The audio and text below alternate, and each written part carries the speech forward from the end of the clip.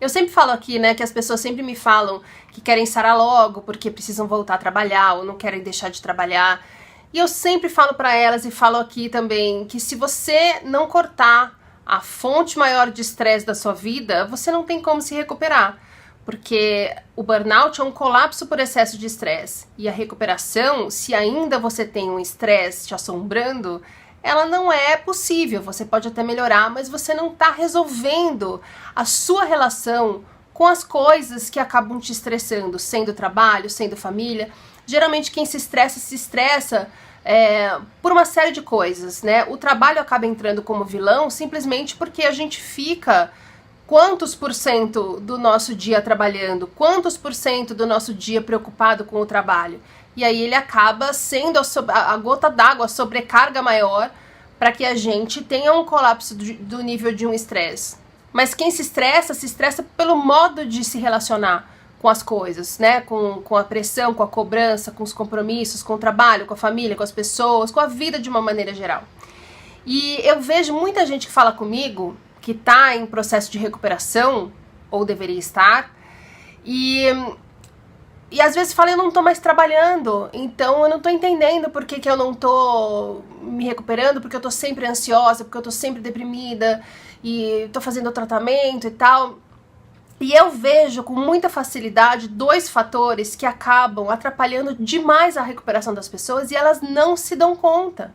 Uma delas é a internet. Quando a gente fica em casa muito tempo e quem não tá mais trabalhando, quem tá com fadiga, acaba ficando em casa a maior parte do tempo. E claro que a internet é um entretenimento de primeira, né? Não só para ver séries, para acessar Netflix e tal, mas principalmente duas coisas que são pesquisas relacionadas ao trabalho e as redes sociais. Muita gente fala comigo e conversando eu vejo que a pessoa tá tão preocupada com a carreira, com como essa pausa obrigatória que ela teve que ter por causa do burnout vai refletir no caminho dela, na carreira dela. Então ela fica muito preocupada em pesquisar, em ver se tem cursos online, em fazer atualizações, para ela não ficar desatualizada em relação às pessoas que estão lá todo dia trabalhando na mesma empresa, na mesma área e tal. Gente, ficar pesquisando na internet coisas relacionadas ao seu trabalho para se manter atualizado, para manter o networking, para se sentir antenado, é a mesma coisa de estar trabalhando em termos de estresse. Porque quando você não está trabalhando, mas está preocupado com a sua carreira, com a continuidade da sua carreira, com a sua relação com o trabalho, com a sua relação com o mercado, com a sua volta ao trabalho, você está se estressando da mesma forma, porque você fica o tempo todo preocupado com isso, pensando como é que vai ser. Ai, meu Deus, talvez quando vá voltar as pessoas já fiquem meio assim, porque eu fiquei doente, porque eu fiquei afastada. Quando as pessoas ficam afastadas um tempo, elas são esquecidas. Será que meu networking vai acreditar? Porque as pessoas estão achando que eu tô sendo fraca, que eu tô sendo preguiçosa, que eu tô de frescura. Será que as pessoas também não vão achar isso e eu vou ter dificuldade de me recolocar? Será que a minha empresa vai achar que eu tô defasada, que eu não vale mais a pena, que eu posso explodir a qualquer jeito? Então eu preciso provar que eu tô bem, eu preciso mostrar para as pessoas que eu continuo tão bem quanto eu tava, que foi só uma pausa. Gente, esse pensamento é o pensamento do estresse.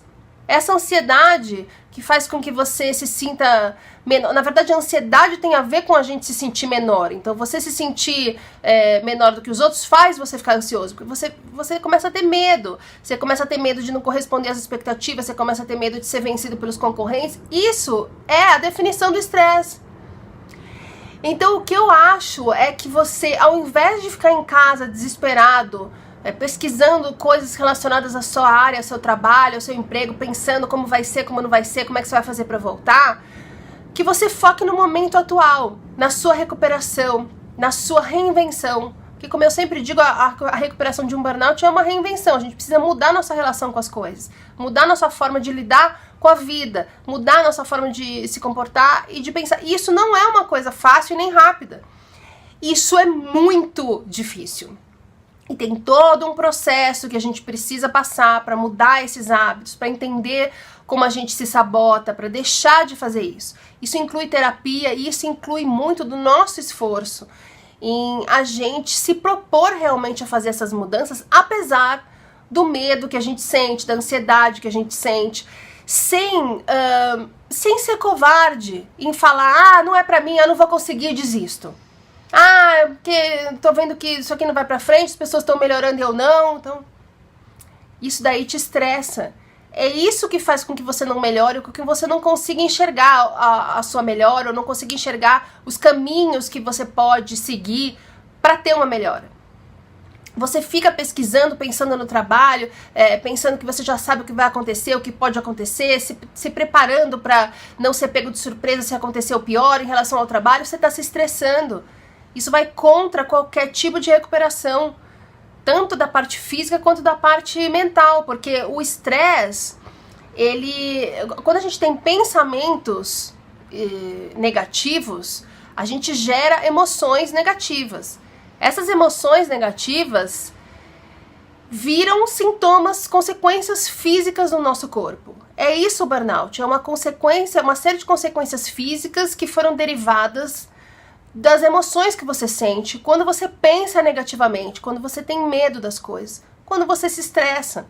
Então você não pode alimentar esse seu lado, você precisa, ao contrário, combater esse seu lado. Você precisa ir contra ele, precisa mudar a sua forma de ver as coisas. E ficar desesperadamente pensando o que vai ser de você profissionalmente, e pesquisando e vendo curso, e tentando não ficar defasado, te estressa.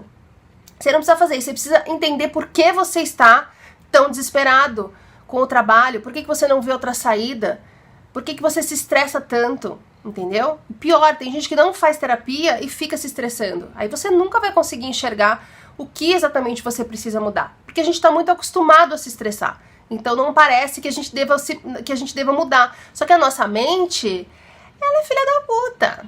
Nossa mente, ela se habitua a essa forma de pensar nossa.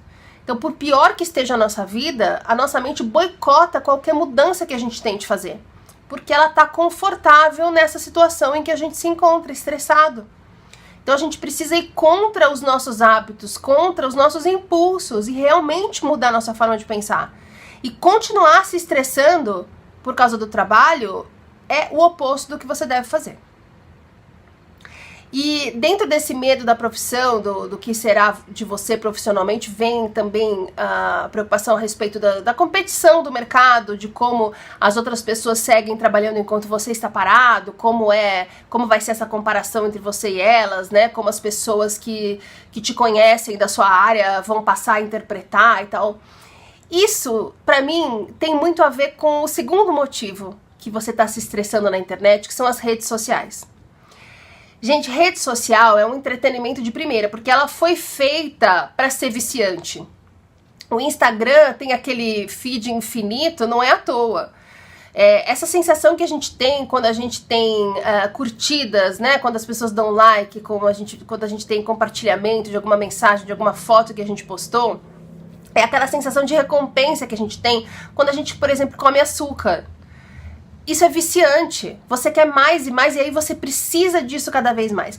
E você junta isso a uma pessoa que por conta da exaustão, da fadiga, às vezes da falta de perspectiva e de não estar trabalhando, a pessoa fica muito tempo em casa, acaba ficando muito tempo no Facebook, no Instagram, enfim, muito tempo em rede social. E rede social, já tem estudos comprovando, é uma coisa que deprime a gente. Porque é inevitável que a gente se compare com as pessoas que a gente segue, com as pessoas que comentam. Então é como se a gente estivesse em contato com todo mundo, com mais pessoas até do que o nosso círculo social, o tempo inteiro. E isso, num primeiro momento, faz a gente pensar que é bom, porque a gente está aqui em casa, não pode ficar isolado, precisa se relacionar com as pessoas, mas se você for ver, além de ser uma coisa exagerada, uma coisa que você precisa ter em mente é o seguinte: as pessoas, quando dão opinião sobre a nossa vida, elas estão refletindo os problemas delas. É o lixo emocional delas. Se a gente acredita, passa a ser nosso lixo emocional. Então, quando uma pessoa que tem problema com o corpo dela, que ela se compara com os outros e se vê menor, e ela posta uma crítica a alguém, ou uma conquista dela em exagero, ou ela critica uma foto sua, ela tá refletindo um problema dela, mas a gente tá numa posição muito frágil. se recuperando de um burnout. É muita fragilidade que a gente tá passando. A gente não tem muito como se apoiar porque a gente ainda tá tentando entender como é que a gente pensa, como é que a gente reage às coisas. A gente tá observando a nós mesmos num ângulo que a gente nunca observou. Então é muito fácil a gente cair nisso, de olhar uma crítica ou de olhar uma coisa e se comparar a essa pessoa ou acreditar na opinião dela e passar a se sentir mal em relação a gente. Poxa, a pessoa é magra e tá falando que é gorda, eu sou gorda, eu vou achar que eu sou muito mais gorda do que eu tô imaginando. E a gente tá nessa fragilidade de estar muito ansioso, de estar deprimido pela condição que o burnout deixa na gente, emocional. Essa comparação fica muito mais pesada, fica muito mais negativa. Aquilo passa a ter um peso muito grande no nosso dia a dia. E a gente tá com as relações sociais abaladas, porque as pessoas estão falando que a gente tá de frescura, tá de mimimi, que é exagero nosso, que é preguiça, que a gente não quer trabalhar. A gente tem as pessoas falando contra nós. Já é difícil pra gente entender que aquilo é uma opinião diferente da nossa. A opinião que a pessoa tem sobre a gente é diferente da nossa. Nós sabemos o que nós estamos passando. Nós sabemos que não é frescura. Mas ainda assim não dói quando te falam isso? Você não fica indignada? Você não fica com vontade de provar pra pessoa que ela tá errada e que você entende o que tá passando e ela não? E isso, além de ansiedade, é a gente levar as coisas pro lado pessoal, é a gente se comparar com os outros, é a gente se sentir menor de alguma forma. E as redes sociais são feitas para isso. Então, na hora que você fica muito tempo na rede social, seguindo pessoas que têm uma vida que você gostaria de ter, mas que agora você não só não tem, como não entende como poderia ter, porque você tá com fadiga, porque você tá exausto, porque você tá sem trabalhar, porque você tá se sentindo um lixo, isso faz muito mal. Então, quando você opta em ficar grande parte do seu dia nas redes sociais, abrindo toda hora, conferindo toda hora o post de todo mundo, você está colaborando para sua ansiedade, para sua depressão. De novo, você está se estressando. Parece que não, parece que você está se distraindo, que você está se relacionando com as pessoas, que você está vendo o mundo lá fora, já que você está fechado em casa, mas não, você está se estressando. Eu não estou falando que você tem que se isolar, que você não deve conversar com ninguém, que você deve sair das redes sociais, não é isso, mas você precisa entender até onde isso te faz bem e a partir de onde começa a te fazer mal. Quanto tempo de rede social você está ficando por dia? Não é mais fácil você ler coisas que te motivem, ler coisas que façam com que você aprenda sobre autoconhecimento, por exemplo, sobre formas de ver as coisas de uma perspectiva mais positiva, coisas que possam te gerar insight para você levar para sua terapia, coisas que façam você ter mais certeza e convicção do que o seu corpo está passando agora, e aí assim quando você ouve besteira, você consegue pensar, você consegue bloquear, falar, não, eu sei que isso não é verdade e deixar pra lá. Não é um investimento de energia e tempo seu muito mais positivo do que ficar olhando a vida dos outros e ficar pensando, ai, fulano está viajando, eu não posso viajar porque eu tô sem dinheiro, porque eu tô estressada, porque eu tô colapsada, porque eu tô exausta, eu tô aqui, minha vida é uma bosta, eu nunca vou sair. Porque o pensamento negativo, gente, ele deriva, ele gera outros pensamentos negativos. É assim que funciona a cabeça das pessoas, não a nossa que tem burnout, de todo mundo. Quando você pensa uma coisa, imediatamente aquilo puxa uma outra, puxa uma outra, puxa uma outra, e o pensamento negativo puxa outro negativo, outro negativo, outro negativo. Então, quando você se compara com alguém, é muito normal que no final de uma linha de pensamento você esteja se sentindo um lixo maior do que você estava se sentindo quando você abriu a rede social. Rede social estressa, ela é feita para ser viciante, é difícil da gente largar. Então, se você tiver muita dificuldade, você pode fazer uma coisa que eu fazia uma época, que eu fazia assim, eu vou ficar, por exemplo, meia hora no Facebook. Aí eu punha o cronômetro lá, o despertador do celular. Quando dava meia hora, eu desligava. E pra não perder tempo, porque eu queria ver bastante posts, eu ainda separava, por exemplo, as notícias, as matérias que eu queria ler, e quando acabava essa meia hora, eu falava, tá, agora meia hora lendo as notícias que eu separei pra ler. Mas as postagens das pessoas, os comentários nas minhas fotos, esse tipo de coisa, era meia hora por dia. E dá uma crise de abstinência, você fala, eu queria ficar mais tempo, eu queria ver outra coisa, porque você... Quando a gente tá trabalhando, não acontece isso. Você fala, volta só uma olhadinha quando você vê se tá meia hora no Facebook, porque uma coisa puxa a outra, aquilo nunca termina, aquele feed infinito do computador, aquilo é feito pra gente ficar viciado o dia inteiro olhando. Mas isso te estressa. Então começa a falar, vou ficar meia hora no Facebook. Eu me disciplinei muito assim, vou ficar meia hora no Facebook durante a hora do almoço e meia hora de noite. eu punho o despertador. Ah, eu vou ficar meia hora lendo esse livro aqui, que eu acho que é um livro que colabora pra minha recuperação. Eu ficava meia hora lendo o livro. Ah, todo dia. Eu tinha uma listinha, meia hora do livro tal, meia hora do livro tal, meia hora do Facebook, meia hora do... Eu fiz um cronograma do dia. E isso me ajudava a não perder tempo fazendo nada ou me estressando em rede social. Porque a gente fica desanimado, fica cansado, também a nossa tendência é ficar assistindo série, vendo TV o tempo inteiro, né? Série, TV, Facebook o dia inteiro. E a gente precisa fazer outras coisas, a gente precisa investir em coisas que possam colaborar com a nossa terapia, que possam colaborar com a nossa alimentação, né? E é um tempo e uma energia nosso investido muito mais positivamente. A gente tá indo contra o estresse, a gente tá indo a favor da nossa recuperação. Pesquisando, perguntando, achando vídeos no YouTube que falem... Por exemplo, eu não sei direito sobre fadiga de adrenal. Procura textos, procura canais, mas coisas críveis, coisas de confiança, que você possa realmente aprender. Pesquisa, você vai ter perguntas que você vai querer fazer pro seu médico, você faz perguntas pro seu médico, você vai conhecendo melhor o que está acontecendo com o seu corpo.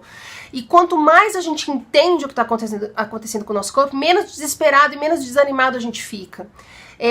Livros, por exemplo, eu coloquei no Instagram outro dia, eu tava lendo Os 4 Compromissos. É um livro que colabora com a mudança na forma de pensar que a gente precisa ter. É um livro que aborda as coisas que a gente deveria, pelo menos, tentar fazer na hora de se relacionar com as pessoas, que evita que a gente acredite que é pior do que é. Esse negócio do lixo emocional que eu falei, tá lá, inclusive. Uma pessoa dá, e eu já falei isso aqui várias vezes, a pessoa dá uma opinião sobre você, ela tá refletindo o que ela pensa, não o que você é. Com isso a gente vai amadurecendo, a gente vai aprendendo, a gente vai se motivando, a gente vai tendo realmente motivos, a gente acha um propósito para investir nessa nossa recuperação física e mental também. E falando do primeiro motivo, que a pessoa fica pesquisando a profissão, é muito normal nesse processo de recuperação do burnout a pessoa decidir ter outra profissão. Ir para uma área que ela nunca tinha pensado antes, porque ela acaba lendo e tendo contato com coisas que ela não tinha vontade ou tempo quando estava estressada trabalhando, e isso faz a gente descobrir, às vezes, algum talento oculto nosso. Mudança de vida, essa reinvenção que a gente precisa ter para se recuperar do burnout, é a vida toda, em todos os aspectos, em todas as áreas.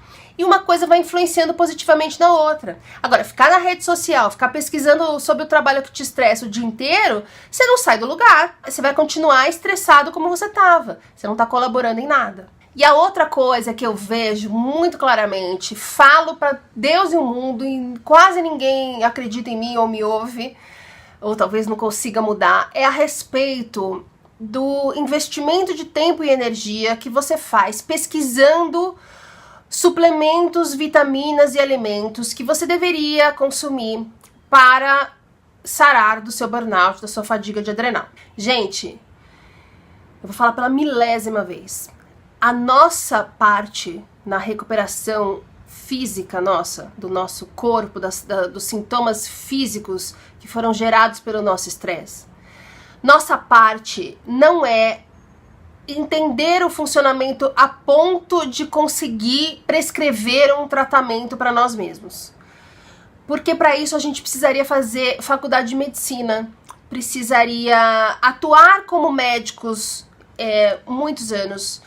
Nós precisaríamos fazer uma especialização em medicina ortomolecular e depois de muitos anos a gente poderia então prescrever um tratamento para nós mesmos. Não é isso que a gente precisa fazer. É claro, é óbvio que a alimentação, por exemplo, sendo uma coisa fundamental para a recuperação de um burnout, a gente pesquisar alimentos.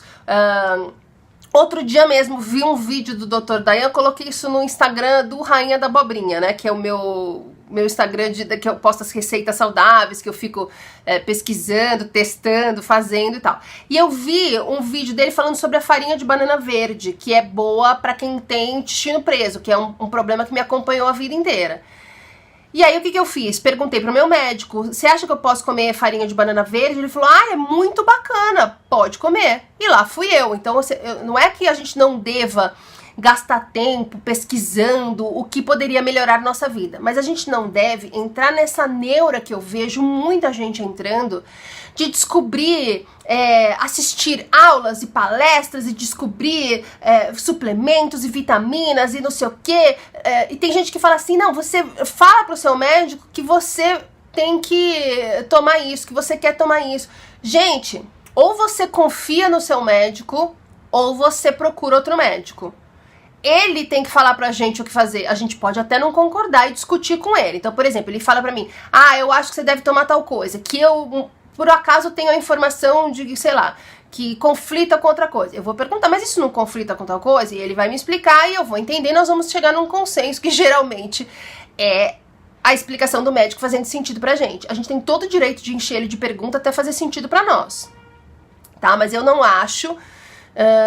eu acho até falta de respeito com o médico a gente querer impor uma coisa que a gente entende que seja boa pra gente, tá? Mas eu acho que mais importante do que se a gente tá faltando respeito com o médico ou não, é se a gente tá faltando respeito com a gente e com a nossa saúde. Às vezes a gente tem uma informação de que uma coisa é boa pra nós, isoladamente, mas quando você leva em consideração tudo o que o médico falou pra você fazer, essa uma coisa que isoladamente parecia boa, no conjunto não funciona. Ou não funciona porque a gente tem alguma característica física, porque cada corpo é um corpo.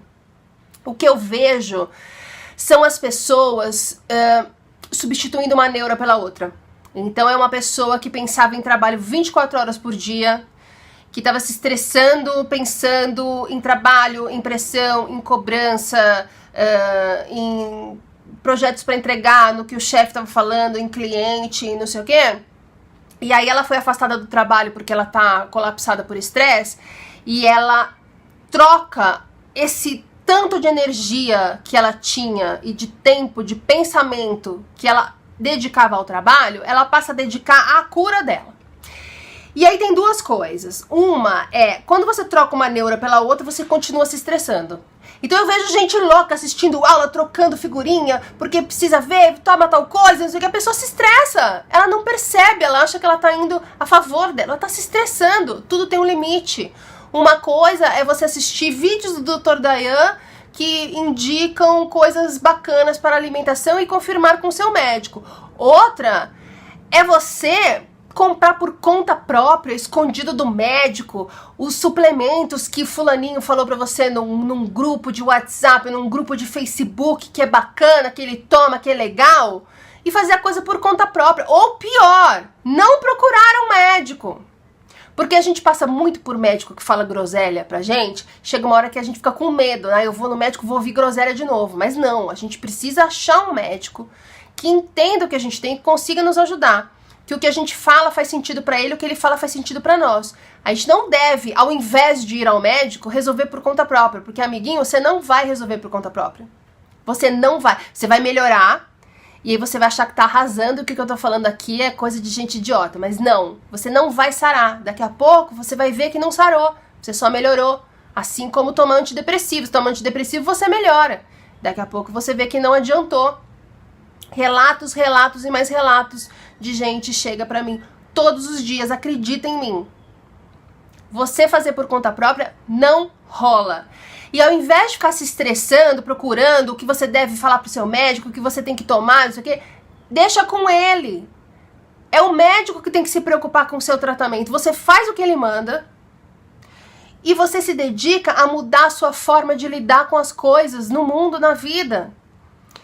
Se dedica à sua terapia, se dedica ao autoconhecimento, se dedica a qualquer tipo de coisa, meditação, yoga, estudo da lei da atração, qualquer religião, qualquer coisa que faça sentido pra você e que você entenda que aquilo te ajuda nesse esforço de mudar a sua forma de pensar, sua forma de lidar com a vida.